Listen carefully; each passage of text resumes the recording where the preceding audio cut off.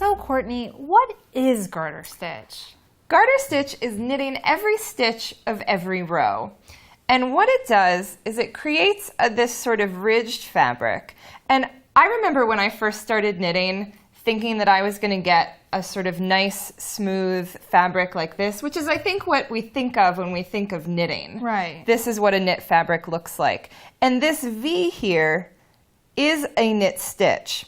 The problem is when you're knitting back and forth and working on the right side and the wrong side, your work sort of shifts between having a knit valley, as I think of it, which is this section here, where you can see those nice smooth V's, and a purl ridge, which is here. So when I'm on the right side of the work and I knit across, it creates this V. Then, when I turn the work around to knit back, it also creates a knit V on the wrong side. However, that wrong side there is a purl ridge on the front. So it creates a nice balanced fabric, which is completely reversible.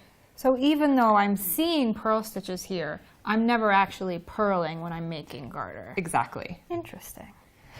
There are a couple different properties of garter stitch. It is incredibly elastic this way, as you can see, and it's sort of a denser fabric, which does create some different challenges when measuring gauge, because you have to remember that your row gauge is sort of compacted as those valleys sort of fall in between your purl ridges. Right. And I think you were going to show us a little bit about how to count your stitch and row gauge in garter. Yes. So one of the most important things when knitting in general is to do a gauge swatch.